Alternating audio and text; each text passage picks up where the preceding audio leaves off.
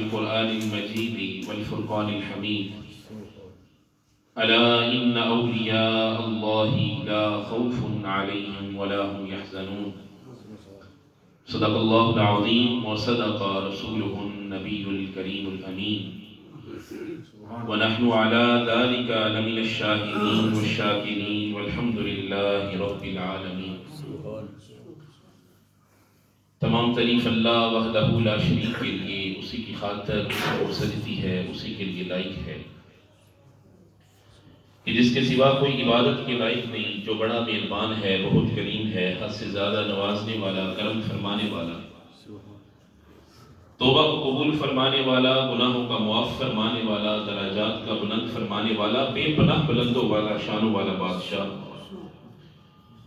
یہ جس کے فضل و کرم کی نہ تو کوئی انتہا تھی، نہ ہے اور نہ ہو سکتی ہے، جس کا فضل اس کے غضب کے اوپر حاوی ہے، جس کے کرم کے ساتھ سارے معاملات مشروط ہیں کہ جسے وہ دینا چاہے کوئی روک نہیں سکتا، اور جسے وہ روک دے کوئی دے نہیں سکتا.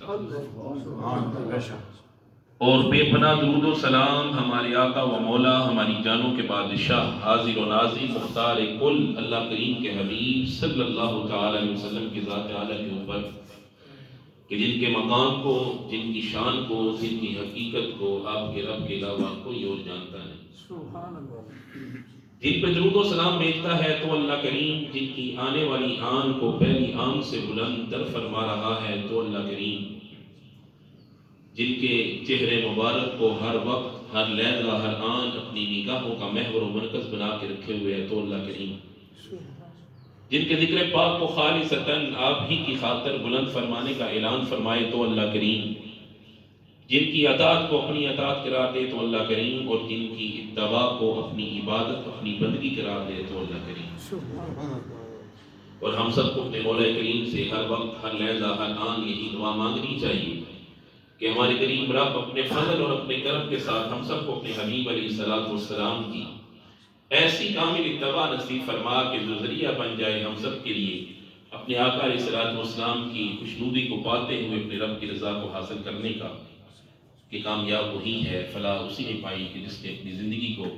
رسول اللہ صلی اللہ تعالی علیہ وسلم کے احکامات فرمودات کی تابع وصل کیا. سامعین محترم، آج کی یہ خوبصورت بزم